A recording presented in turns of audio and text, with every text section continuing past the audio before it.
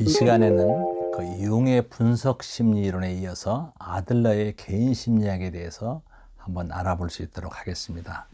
아들러의 개인 심리학은 아들러 하면 그 신프로이드 학파다 이렇게 볼 수가 있죠. 그래서 이 아들러는 바로 인간의 성격을 각 개인의 주관적 결정에 의해서 창조되고, 또 인간은 열등에서 우월로 이동하는 그러한 존재로 인간을 보고 있습니다. 그렇죠. 그래서 이 아들러의 이론을 인본주의 또는 현상학적 이론의 이제 선구자로 보는 이제 그런 견해도 있습니다. 그래서 아들러는 개인의 열등감은 바로 어린 시절 그 열등의식을 경험하고 이를 보상하려는 이런 부분이다라고 먼저 시작을 합니다.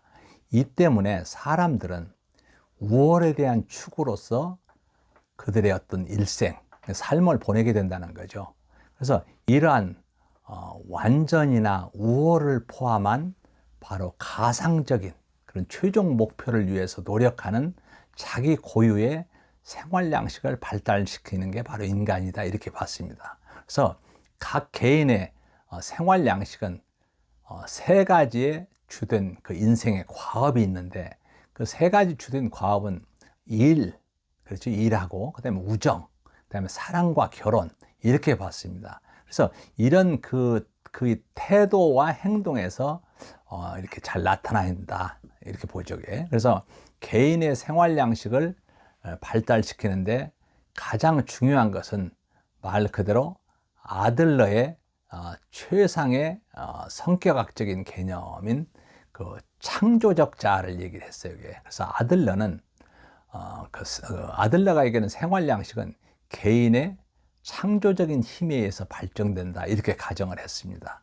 그래서 아들러의 개인주의 심리학은 전체적으로 인간을 단일하고 분해할 수 없는 하나의 그 일관적이며 통일된 존재다 이렇게 보고 있습니다. 그래서 또한 인간을 완전을 추구하는 그런 능동적인 노력을 하는 사람이다. 그리고 창조적이고 또 자기 그 결정적인 그런 하나의 실제다. 그래서 사회적인 그 소속체로서 자기 주관성을 지닌 사람으로 이제 강조를 하고 있습니다. 그래서 우리가 아들러가 얘기하고 있는 그 개인 심리 이론에 대한 그 인간관과 기본 가정을 한번 우리가 살펴볼 수 있도록 하겠습니다. 그 아들러는 인간의 본성에 대해서 몇 가지 관점을 제시한 것을 볼 수가 있는데요. 첫째는 인간을 전체적으로 보는 입장으로서 인간을 유일한 분해할 수 없는, 나눌 수 없다는 거죠. 그런 자아에 일치된 통합된 그런 실제로 보았다는 거죠. 어떤 삶의 표현도 분리해서 생각할 수 없다. 그리고 전체적인 성격과 관련시켜 연구해야 된다고 주장했던 부분입니다. 그래서 인간을 전체로 보고자 했던 부분이 이제 아들러의 이론이고요. 그 다음에 두 번째로 인간은 현실에 대해서 주관성을 지니고 있고 나름대로 자신이 속한 세상을 해석하는 힘을 가지고 있다는 거죠.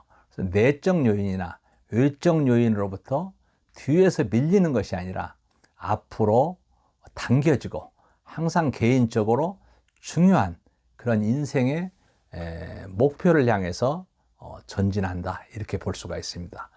인간이 지속적인 그 완성의 추구를 통해서 자신의 행동과 운명을 결정할 능력이 있다. 이런 것을 인정을 한 거죠.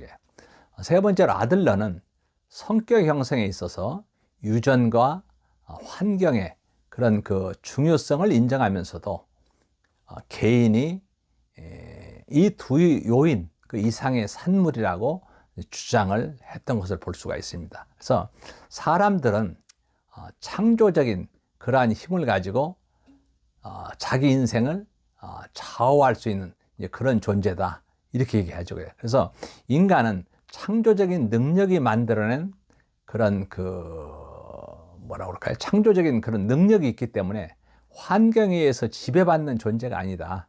자신이 만들어낸 생활 양식에 의해서 자신을 그 인생을 스스로 결정할 수 있다는 거죠. 그런 분들에게. 자, 그리고 이 아들러는 인간은 자신의 인생 목표를 지시할 수 있고 또 스스로 결정을 내리고 그들의 목적과 가치와 일치되는 삶의 방식을 선택할 수 있는 바로 합리적인 존재, 이게 바로 인간이다, 이렇게 봤습니다. 그렇지만 대부분의 사람들은 어떤 가상적인 목표를 깨닫지 못하거나 그들의 생활 속에서 그 참된 그 중요성을 잘 모르더라라는 것을 인정을 하고 있기 때문에 모든 인간은 또 반드시 또 합리적인 존재가 아니라는 점도 동시에 인정하고 있다는 겁니다. 그래서 프로이드처럼 아들러도 생후 처음 5년을 절대적인 성격 형성기로 보았고 또 그 후에 성격이 근본적으로 변하지 않는다라고 확신을 한 부분이 있습니다. 또 아들러는 그 개인적 주관성을 강조했고 개인의 일상적인 삶의 모습은 객관적 사실에 근거하는 것이 아니라 개인이 그 사실을 어떻게 지각하고 반응하는가에 따라서 달라질 수 있다고 보았습니다. 그래서 개인 심리학에서 인간 행동에 대한 가장 중요한 가정은 인간이 총체적 존재이고 성장 지향적 동기를 가지고 있다는 그런 점이라는 거죠. 그래서 아들러는 인간을 통일된 그런 연관적 조직체로 보았을 뿐 아니라 더 큰 체계, 즉 가족, 지역사회, 여러 가지 그런 하나의 그 인간성 자체의 구성 요소로 보았던 것입니다. 그래서 모든 행동은 예외 없이 사회적 관계 속에서 일어나고 인간 본질의 핵심은 사회적인 관계의 그런 이해를 통해서만 파악될 수 있다는 겁니다. 그래서 모든 개인은 협동하고 상호작용하는 그런 사회적 관계를 맺을 수 있는 하나의 그 선천적인 능력, 그렇죠? 즉 공동체 의식이라든지 사회적 관심을 가지고 있다는 거죠. 따라서 개인주의 심리학은 개인과 사회 간의 협력적인 그런 조화를 필수적인 것으로 또 이 갈등이라는 것을 부자연스러운 상황으로 이제 가정을 하고 있습니다. 이 현상학적 전통에 깊이 몰두한 이 아들러는 개인은 자신과 자신이 적응해나가야 하는 환경을 어떻게 보느냐에 따라서 그의 행동이 결정된다는 사실, 이것을 이론화를 했습니다. 그래서 모든 개인은 그들 자신의 어떤 가지고 있는 도식이라고 그럴까요? 어떤 일치하는 방향으로 그들 자신이 설계한 그런 세계 속에서 산다고 볼 수가 있습니다. 즉 개인이 믿고 있는 신념에 따라서 행동하는 것이고 행동이란 개인이 현실에 대한 주관적인 지각이 반영되어 있는 것으로 본다는 거죠. 여기서 이제 잠깐 이 아들러의 생애를 잠깐 보게 되면 아들러는 1870년에 오스트리아의 비엔나 여기에서 이제 6남매의 둘째로 태어났습니다. 그래서 프로이드와 같이 중하층의 유태인 상인의 아들로 태어났지만 이 프로이드는 빈민가에서 자라서 항상 자기가 학대받는 소수 민족의 신분임을 의식한 것과는 달리 아들러는 그의 민족적 배경을 별로 의식을 하지 않았죠. 그래서 아들러는 큰 형의 질투심으로 해서 자신의 어린 시절을 불행한 시기로 회상을 했고요. 아들러의 출생 후 2년간은 그의 어머니로부터 따뜻한 사랑을 독차지했으나 곧 어린 동생이 태어나 응석바지의 위치를 잃게 되었습니다. 그때부터 그는 아버지의 총애를 받았고 아동기까지 계속되었던 거죠. 그 어린 시절에 죽음과 병고가 끊임없이 찾아왔던 부분이 있어요. 그리고 그가 3살 때 어린 동생이 바로 침대 옆에서 죽었고 그 자신도 거리에서 우연한 사고로 2번씩이나 죽을 뻔했다는 거죠. 5살 때는 심한 폐렴에 걸려서 거의 죽음의 문턱까지 갔었던 그런 어린 시절을 통해서 끊임없이 죽음에 부딪힌 것이 죽음에 부딪힌 것 말고도 또 이 만성적으로 그 약에 대한 공포 때문에 그는 의사가 되었다, 이렇게 얘기를 하고 있습니다. 그래서 아들러가 1895년에 의학 학위를 받았죠. 그리고 또 특히 이제 그 프로이드와의 이제 많이 관계가 됩니다. 그래서 아들러는 프로이드 곁에서 연구를 했고 활동적인 이론이 됐죠. 근데 차츰 이제 프로이드 이론과 이 아들러 이론이 대립을 하게 됐고 결국 아들러는 비엔나 정신분석학회 회장직을 맡았다. 그 회장직을 물러났고 자유정신분석학교를 설립해서 프로이드와 그 동료들의 분노를 샀죠. 그래서 이 아들러가 한 얘기 중에서 그런 얘기가 있으면 나는 프로이드의 과오로부터 이득을 보았다. 이렇게까지도 얘기한 사람입니다. 그런 분에게. 그런 측면에서 그러면서 그 아들러는 계속 정신과 의사로서 또 많은 역할을 했었습니다. 그래서 이 아들러는 의식적이고 합리적인 정신 과정에 대해서 관심을 가졌고 결국은 자아심리학을 어떤 발달을 촉진시켰고 그 여러 가지 그 사회적 영향에 대해서 많은 강조를 했습니다. 성격 발달에 있어서도 그리고 심리학자들에게도 많은 영향을 줬습니다. 주요 개념으로 보면은 열등감과 보상이라는 게 있죠. 아들러는 말 그대로 인간은 누구나 태어난서부터 열등감을 가지고 있다. 그렇지만 그 열등감은 결코 약점이나 비정상적이 아니다라는 거죠. 그래서 열등감을 부정적으로 보지 않았어요. 이게. 오히려 이러한 열등감이 근본적으로 모든 인간 추구에 대한 어떤 그 동기 유발의 근거가 된다. 이렇게 봤습니다. 그래서 모든 개인의 진보라든가 성장, 발달은 그 열등감, 어떤 그 상상에 의한 것이든 사실이든 간에 이런 걸 극복하려는 그런 시도에서 나왔다. 이렇게 볼 수가 있죠. 사실 아들러는 열등감과 보상을 위한 노력은 인간 운명의 모든 발전의 원인이 된다고 믿었고요. 그래서 이러한 열등의식이 모든 사람에게 공통으로 있다. 이렇게 얘기도 하였습니다. 그래서 아들러는 보상과의 부조화에서 생기는 그런 병적 열등감에 대하여 여러 가지 설명을 했는데 한 3가지 요인을 설명했어요. 첫 번째 같은 경우는 신체적 결함에서 오는 열등감이라는 거죠.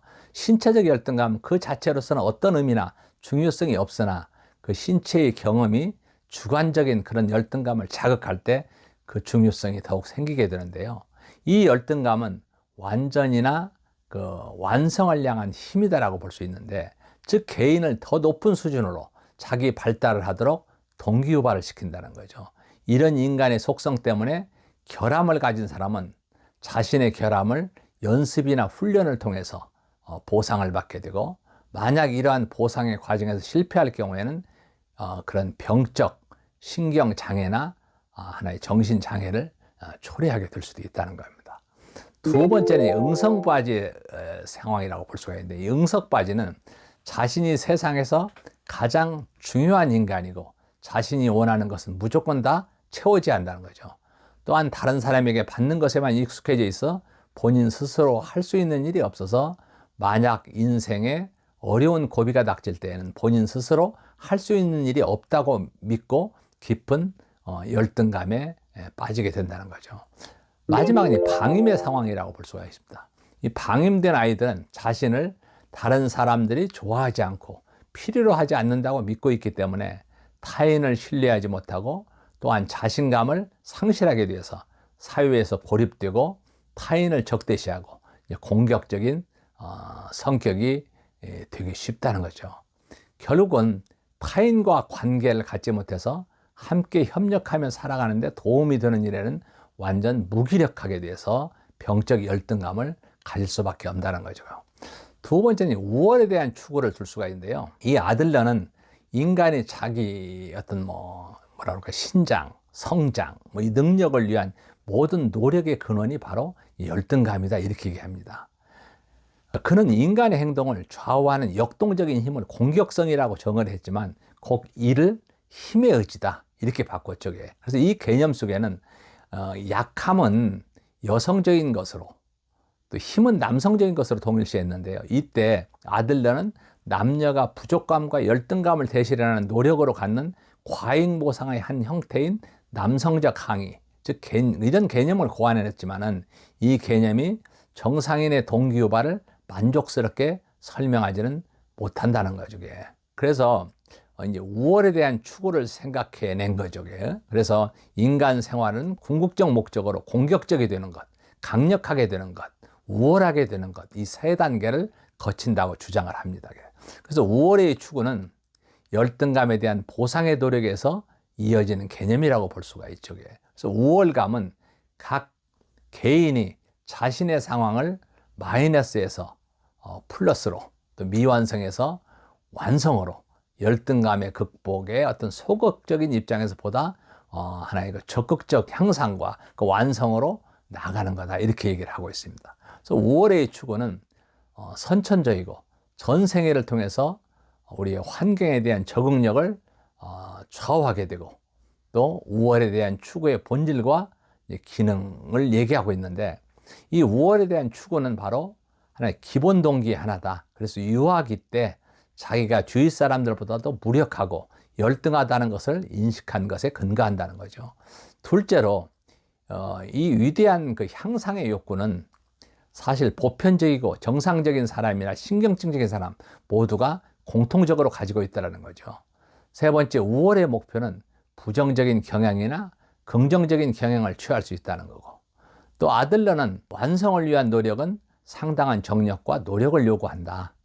그리고 또 5월을 향한 추구는 개인과 사회 두 가지 수준에서 일어나기 때문에 개인으로서 완성을 향해 노력하고, 우리 사회의 일원으로서 우리의 문화를 완성하기 위해 노력한다는 겁니다. 그래서 이 프로이드와 달리 아들러는 개인과 사회가 근본적으로 서로 조화를 이루는 것으로 봤다는 거죠. 그리고 이제 아들러가 얘기하고 있는 생활 양식이 있습니다.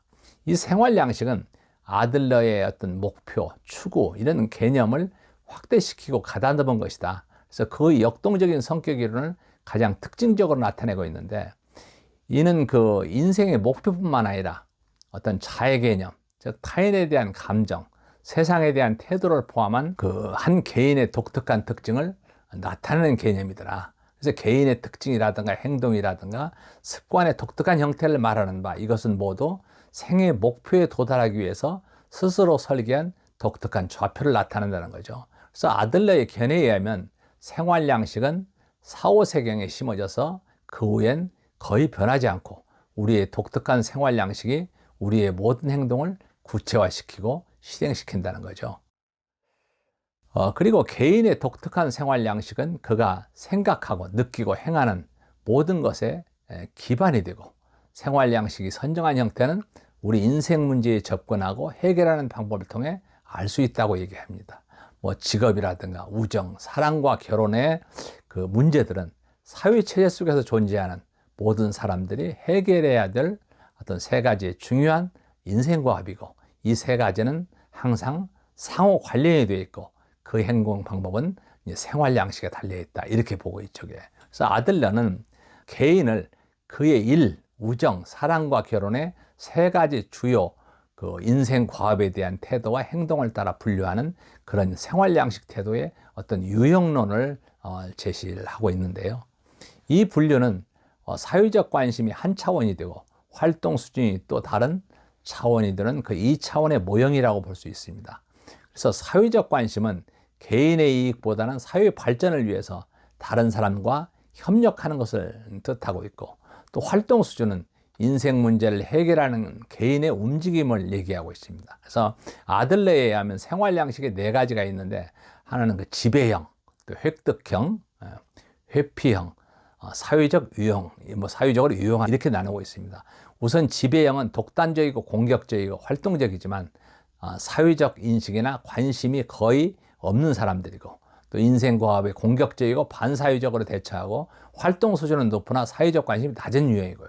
또 획득형은 바로 기생적인 방법으로 외부 세계와 관심을 맺고 다른 사람에게 의존하여 대부분의 욕구를 충족하는 생활 유형이라고 볼 수가 있고요. 회피형은 사회적 관심도 적고 활동도 하지 않는 실패를 두려워하고 이런 유형이다, 이렇게 볼 수가 있죠. 마지막으로 사회적으로 유용한 유형은 바로 아들러 이론에서 얘기하는 심리적으로 건강한 사람으로 표본이 된다는 거죠. 그래서 사회적 관심과 활동 수준이 모두 높아져서 자신과 타인의 욕구를 동시에 충족시키는 한편 인생 과업을 완수하기 위해서 기꺼이 다른 사람들과 협력을 한다는 거죠. 그래서 그 사회적 관심과 다른 활동 수준의 조합이 빠져 있는데, 바로 활동 정도가 낮은데 높은 사회적 관심을 갖는다는 건 거의 이제 불가능하다, 이렇게 볼 수가 있습니다.